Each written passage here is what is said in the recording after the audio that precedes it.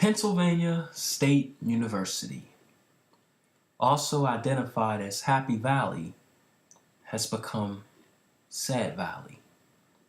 A university historically known for its academic and athletic par excellence has crashed into the guardrail of a nationwide grievance.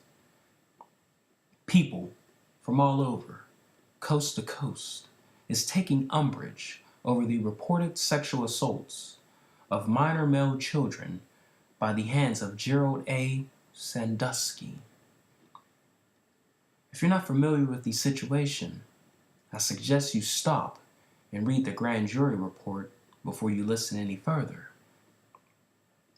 But if you're familiar with the situation, I want to encourage you to recalibrate and convert the overflowing outcry of emotion that is spilling onto the social outlets into action. Anyone who is equipped with morals would agree with me when I say this cruel circumstance, which has rattled the reputation of Penn State, is not about Penn State. Penn State is only the catalyst that has reminded the nation that sexual assault is an issue that needs to be addressed now. It's about the minor males, the victims whereby the grand jury reports were sexually assaulted. It's about the countless victims, minor males and females across our nation and around the world, founded or unfounded, who have been mentally murdered by the hands of sexual assault.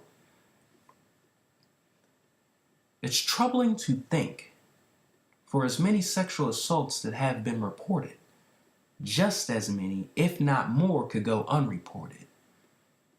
It's troubling to think that the pedophiles who commit these abhorrent acts are more than likely family members or someone close to the family. It's troubling to think at this very moment somebody's son, daughter, nephew, niece, cousin could be getting sexually assaulted. It's troubling to think. We, you and I, must continue to advertise awareness of sexual assault even after this Penn State scandal fades out of the media and falters into the fog of amnesia. I've noticed that oftentimes we only tend to come together and galvanize upon an issue when the media makes it an issue. Just because the media fails to report an issue does not mean it's not an issue. Sexual assault has been an issue before the media started reporting the Penn State scandal, and sadly will continue to be after the media stops reporting it. It is up to us, shoulder to shoulder, arm to arm, hand to hand, to continue to come together and fight for our country's children, the world's children.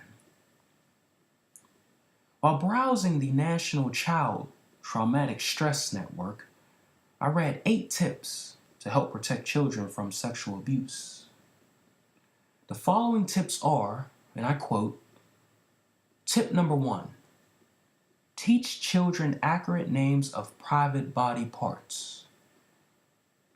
Tip number 2, avoid focusing exclusively on stranger danger. Keep in mind that most children are abused by someone they know and trust. Tip number 3, teach children about body safety and the difference between okay and not okay touches. Tip number 4, let children know that they have the right to make decisions about their bodies. Empower them to say no when they do not want to be touched, even in non-sexual ways. Example, politely refusing hugs, and to say no to touching others.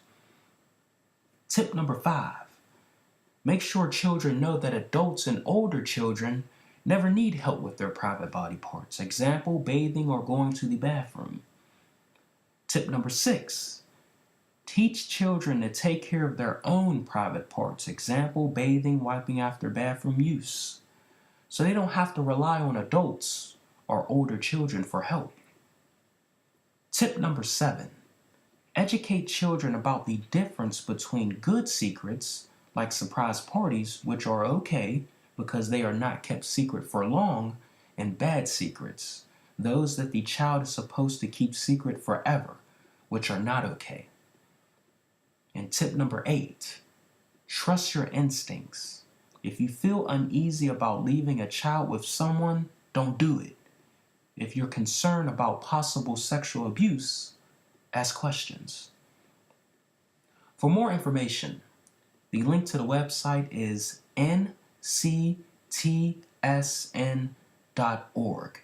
That's N as in Nancy, C as in Chris, T as in Thomas, S as in Sam, and N as in Nevin.org. Please, let's hold ourselves accountable for fighting against sexual assault.